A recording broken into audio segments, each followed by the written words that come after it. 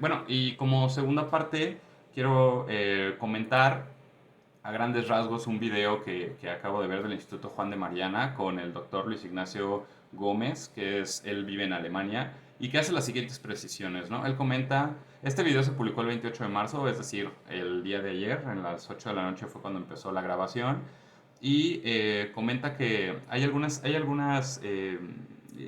precisiones importantes sobre cómo Alemania ha tratado la crisis referente al coronavirus y algunas de estas las voy a revisar ahorita.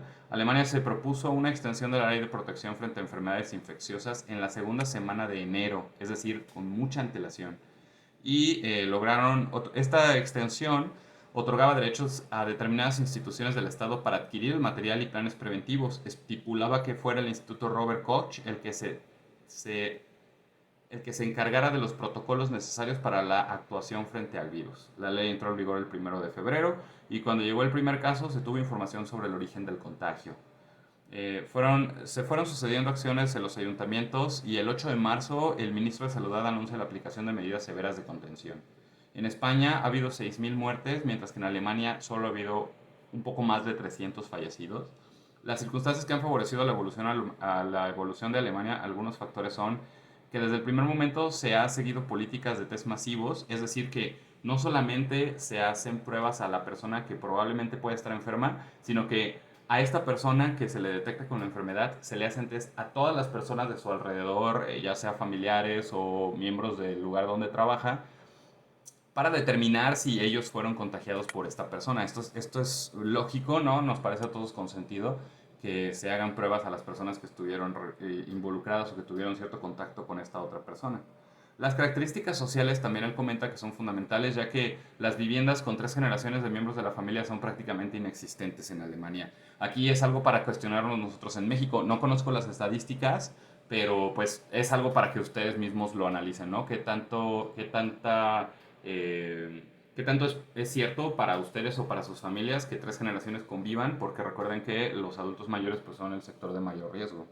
Otro aspecto es que los alemanes no son tan afectuosos como los italianos, los españoles, y aquí quiero señalar que los mexicanos tendemos mucho al contacto físico, a saludarnos de mano, a abrazarnos, a besarnos para saludarnos un chico con una chica, cosas así, entonces es un punto muy importante.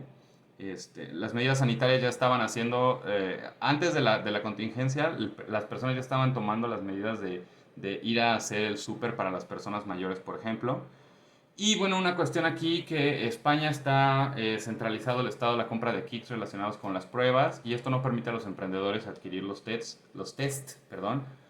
Algunos de estos test fueron defectuosos y no pudieron usarlo y en Alemania el sistema de salud es privado en su mayoría y permite actuar de manera rápida y descentralizada. Cada ayuntamiento tiene su propia oficina de salud. Bueno, comenta también que hubo algunos problemas con algunas de las oficinas de salud para pasar la información porque tenían problemas informáticos, la tecnología no era de lo mejor y entonces tardaba en llegar la información. Eso fue criticado fuertemente por la prensa alemana y bueno, obviamente no van a permitir que vuelva a pasar. Y también las cuestiones de salud son completamente privadas, prácticamente no, o sea, no hay seguro social, por ejemplo. Eso tiene un lado bueno porque se descentraliza la cuestión de la salud y entonces la gente puede decidir qué seguro médico es el que quiere y en función de qué le ofrecen, pues es lo que elige, mientras que a lo mejor donde está muy centralizado, como en algunos otros países, incluido el mío, México, pues solamente hay un sistema de salud que todo mundo tiene que usar y pues prácticamente todo el mundo va a estar yendo y saturando ese lugar, ¿no? El gobierno de Alemania no ha tenido necesidad de... Ah, bueno, una cuestión que comentan aquí es que la sensación de los españoles es que el gobierno les ha mentido. Y vemos que el gobierno de Alemania no ha tenido la necesidad de mentir, comenta este doctor, ya que tomó las medidas desde fechas muy tempranas y lo que han generado es una situación de mucha confianza, ya que han estado teniendo ruedas de prensa constantes de los ministros de salud, de Angela Merkel, el personal que se encarga de cada una de lo que serían como los estados aquí en el país, pero tienen otro nombre ya y es en alemán, la verdad no hablo alemán. Entonces la gente se ha visto motivada a obedecer. También comentan que los alemanes naturalmente tienen esta tendencia, ellos son personas más obedientes. Ellos siguen a las autoridades, escuchan lo que les dicen y pues ahora sí que hay esa confianza entre la población y el gobierno. También comenta que unas semanas antes hubo una reunión. Él, bueno, tiene su propia institución de salud. Él trabaja en una organización que él mismo creó con otros compañeros. Y comenta que se juntaron para especificar cuáles son las características de calidad que debían de tener los test que se iban a aplicar. Inmediatamente después, el Instituto Koch, Robert Koch, que es quien se iba a encargar de todas las medidas con respecto al coronavirus, mandó cuáles eran las especificaciones de estos test y al día siguiente la gente salió a comprarlos. Esto es muy importante porque así también tienes certeza de que lo que estás comprando funciona. Y esa es una cuestión que a lo mejor ahorita todavía tenemos un poco de incertidumbre porque, bueno, por ejemplo, aquí en México yo no he sabido de que se vendan test para que tú los puedas comprar y hacerte las pruebas. Es algo importante e interesante. También hay laboratorios que ya tienen muchos test de anticuerpos y cuando se dé vía libre a los estudios del Instituto de Virología y el Instituto Robert Koch se sabrá los niveles de inmunología que tendrá la población alemana. Y esta es una de las grandes ventajas de no tener un ministro que diga qué se tiene que hacer. Es decir, la sociedad alemana está actuando sin necesidad de que le estén diciendo qué hacer el gobierno o el ministerio. Y en este caso, bueno, pues realmente estamos muy limitados en ese sentido porque pues aquí, como sabemos, la salud está restringida a lo que nos indica el gobierno federal, ¿no? No estoy diciendo aquí que algo sea bueno o malo, pero sí estoy señalando que hay una ventaja en que se permita que pues las personas las instituciones de salud privada pues actúen de manera más libre. Pues prácticamente esto es todo lo que quería mencionar. Una de las cosas importantes aquí es pues que busquemos medios de información veraces, medios de información confiables, que tengamos mucho cuidado en no publicar noticias falsas.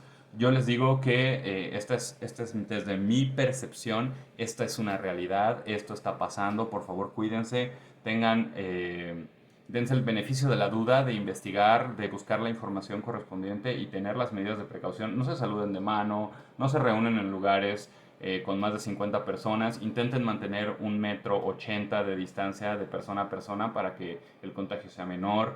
En caso de que tengan gripa, usen mascarilla, cobertura facial para que no estornuden. El principal método de contagio de este virus es por medio de las gotitas de agua que salen cuando estornudamos o tosemos. Entonces, pues esto es todo. Espero que les haya sido de utilidad. Voy a tratar de hacer otro video para ir actualizando esta información. Otro dato muy importante y quiero pasarles es que la OMS todos los días publica un informe diario, valga la redundancia. Todos los días publica ese informe y lo sube a la página. Entonces basta con que teclees Organización Mundial de la Salud reporte diario y te va a mandar a una página. El día de antier, perdón, yo descargué el informe 67, es decir, hoy en la noche deben de subir el informe 69, lo hacen día con día, no estoy seguro si sábados y domingos también lo hacen, hoy es domingo, pero están actualizándonos la información sobre el número de casos, el número de infectados, el número de muertes, la situación en cada uno de los continentes, países, etcétera. Entonces es muy interesante, por ahí en mis redes lo estuve publicando algo de esta información. Y pues nada, vamos a tratar de cuidarnos. La otra cuestión es que hay que compensar la parte de la economía. Yo creo que sabemos que pues obviamente este aumento en los casos y cómo va progresando el contagio va a producir un efecto negativo en la economía. Esto va a ser mundial, por supuesto, pero hay que considerar que pues no podemos restringir algunos nuestras salidas, por ejemplo, pero sí hay que tomar las medidas precautorias con mucha seriedad. Personas como yo, por ejemplo, que seguimos trabajando, aunque ahorita, pues como ven, estoy en mi casa, pero vamos a regresar a laborar en los días subsecuentes, pues porque no se puede parar todo y también eso va a ayudar un poco a que el desgaste económico sea menor. Vamos a ser responsables, vamos a tomar las medidas precautorias y pues eso era lo último que quería mencionar, el impacto en la economía, que a lo mejor en México va a ser muy grande, pero vamos a confiar en que regresando de esta crisis vamos a poder tomar las medidas necesarias para reactivar la economía lo antes posible. Esperemos que así sea. Estamos en una situación económica difícil y llegó la pandemia en este momento. nos va a tocar tomar las medidas que podamos y tratar de reactivar la economía lo antes posible para que obviamente todos nos veamos lo menos afectados posibles. Muchas gracias por su atención y hasta la próxima. Chao.